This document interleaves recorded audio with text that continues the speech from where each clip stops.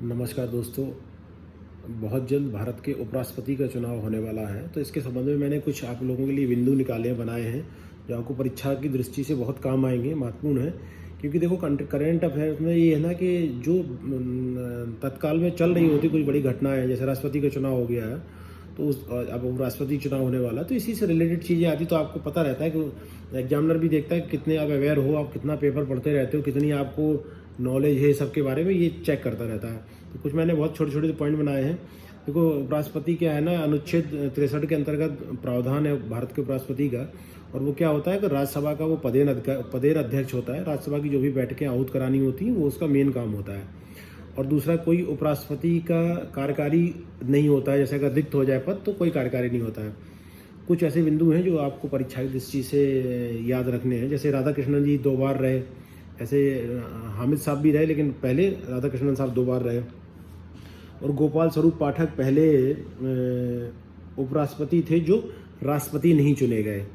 पहले परंपरा थी कि उपराष्ट्रपति ही राष्ट्रपति चुन लिया जाता, लेकिन वो मैंडेटरी नहीं है, कंफर्म नहीं है, मतलब जरूरी नहीं है। तो गोपाल स्वरूप पाठक को आप याद रखिएगा, जो उपराष्ट्रपति होने के बाद राष्ट्रपति नहीं बने। और इसके लिए देखिए, बहुत जो इसका प्रक्रिया होती है चुनाव की, तो उसमें 20, जैसे राष्ट्रपति में 50 होते हैं प्रस्तावक, इसमें सिर्फ 20 प्रस्तावक की जरूरत होती है। और वो राज्यसभा की योग्यता रखता हो और उसकी 35 वर्ष उम्र हो। ये एक उसके लिए अहर्ता है जिसको कहते हैं, है ना। और कृष्णकांत ऐसे उपराष्ट्रपति थे, कृष्णकांत जी, जिनकी दौरान कार्यकाल मृत्यु हो गई थी। और भैरव सिंह शेखावत ऐसे उपराष्ट्रपति थे, राष्ट्रपति चुनाव में चले गए थे, हार गए थे, तो उन्होंने पूरा कार्यकाल होने से पहले ही इस्तीफा दे दिया था। तो ये 2 बिंदु हैं आप जो आपको याद करने की ज़रूरत है।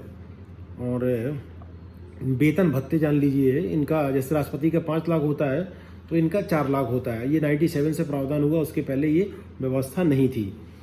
और राष्ट्रपति में जैसे जो विधानसभा के लोग भी सदस्य भाग लेते हैं, विधानसभाओं के, विधान परिषद की, इसमें ऐसा नहीं है। इसमें सिर्फ लोकसभा और राज्यसभा।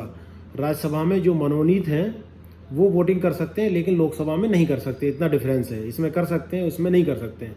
और राज्यसभा में कितना है, 250 का मैक्सिमम है और 245 वास्तविक है। इसमें 12 मनोनीत वाले होते हैं। तो ये आप दिमाग में रखिएगा। और हटाने के लिए कोई भी आधार पर हटाया जा सकता है। जैसे राष्ट्रपति के लिए कॉन्स्टिट्यूशन का अतिक्रमण होना चाहिए, अतिक्रमण करना आरोप होता है इसमें किसी भी आधार पे। और साधारण बहुमत से, उसमें 2/3 बहुमत की जरूरत होती है, इसमें सिर्फ साधारण बहुमत से उनको हटाया जा सकता है।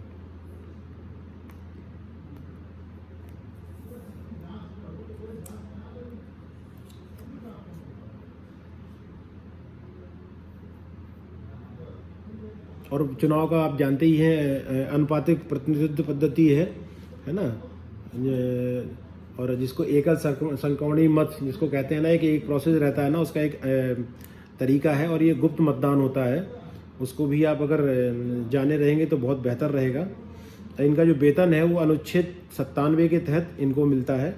ये व्यवस्था 97 में की गई, उसके पहले ये व्यवस्था नहीं थी। और इनका कोई कार्यकारी नहीं होता है। अगर कोई की डेथ हो जाए तो चुनाव कराना मैंडेटरी है।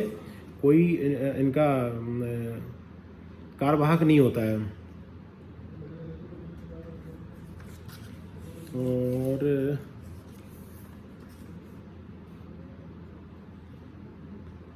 देखिए, शासन प्रणाली आपको मालूम ही, अमेरिका से ली गई है उपराष्ट्रपति का, ये है ना। और दूसरा, वास्तविक रूप से देखो, राष्ट्रपति के बाद विधायिका जिसको बोलते हैं, फिर कार्यपालिका मतलब प्रधानमंत्री और उसकी मंत्रिपरिषद, ठीक है। और जो भी कोई भी मंत्री अगर बनाना होगा राष्ट्रपति जी को, तो वो उनकी सलाह लेंगे प्रधानमंत्री जी की। मैंडेटरी है, प्रधानमंत्री की सलाह पर ही होते हैं। और इनका जो भाषण जो लिखा जाता है वो कैबिनेट सेक्रेटरी लिखते हैं, कैबिनेट से अप्रूव होता है वो। जैसे प्रधानमंत्री का अनुच्छेद 75(1) में प्रावधान है नियुक्ति का, ऐसी 75(3) में मंत्रियों का प्रावधान है। और उपराष्ट्रपति का आप जान लीजिए, राज्यसभा के सदस्य चुने जाने की योग्यता होनी चाहिए। एज मैंने आपको बता ही दिया, 35 साल।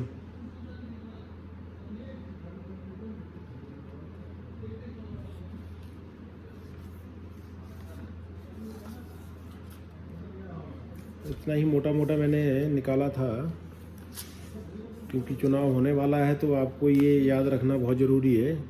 जो करंट में जो घटनाएं चलती रहती हैं वो आपके जीएस में भी आ सकती हैं, और आपके जो आपका अगर कॉन्स्टिट्यूशन का है, पॉलिटिकल साइंस का है, तो उसमें भी आ सकती हैं।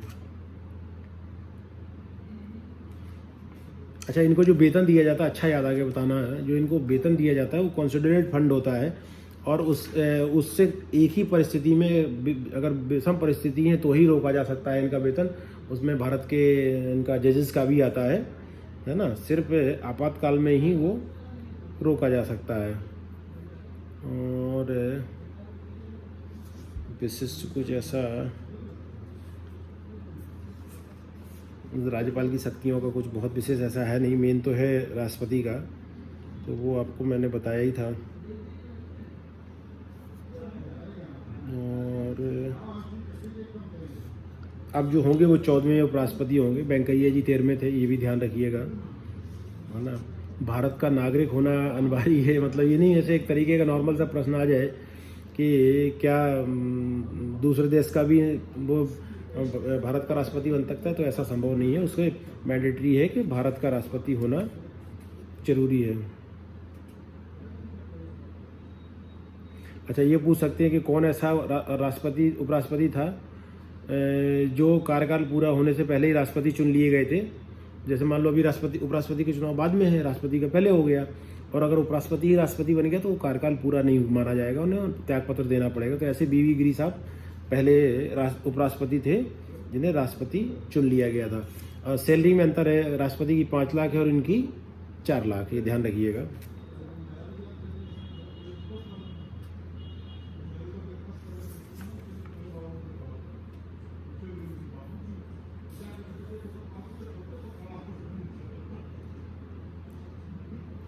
इतने ही मोटे मोटे कुछ मैंने पॉइंट बनाए थे, इनको आप ध्यान रखिएगा, है ना। और देखिए, कभी भी पढ़िए तो मन लगा के पढ़िए और उसे नोट डाउन जरूर कर लीजिए, और ये मान के चलिए कि हमारे अगले एग्ज़ाम में ये आने वाला है। और अब देखिए, आप पढ़ के अंडरलाइन कर लीजिए स्मार्टली, उनको दिमाग में क्वेश्चन बना के चलिए कि जो मैं पढ़ रहा हूँ इसमें क्या क्वेश्चन बन सकता है, क्या क्वेश्चन आ सकता है। ये आपके अंदर बहुत ज़्यादा होनी चाहिए कि हर सवाल में आप, मतलब हर लाइन में सवाल पकड़ने का प्रयास करें, हर पैराग्राफ में 10 प्रश्न बनाने का प्रयास करें, तो आपको बेहतर होगा, एक अच्छा विकल्प मिलेगा और आपकी क्षमता बढ़ेगी बहुत। जैसे मान लो आपने उपराष्ट्रपति पद शब्द ले लिया, या आप अभी वर्तमान में जो चुनाव होना है उनके प्रत्याशी हैं, ठीक, तो धनखड़ जी के बारे में पढ़ लीजिए, वो राज्यपाल भी रहे हैं, क्या क्या रहे हैं उनके बारे में, तो आपको एक अच्छा तैयार हो जाएगा। विपक्ष का भी पढ़ लीजिए, वो भी राज्यपाल रही है, कहाँ का रही हैं, है ना। तो फिर आप प्रणाली पढ़ लेंगे, फिर उसका कैसे वोट जोड़ा जाता है वो पढ़ लेंगे, तो एक तरीके से आपका मोटा मोटा एक कॉन्सेप्ट क्लियर हो जाएगा। कभी भूलेगा नहीं, कोई भी पूछेगा आपको तो याद रहेगा एक भारतीय राष्ट्रपति की और उपराष्ट्रपति की चुनाव की पद्धति और व्यवस्थाएं। Thank you.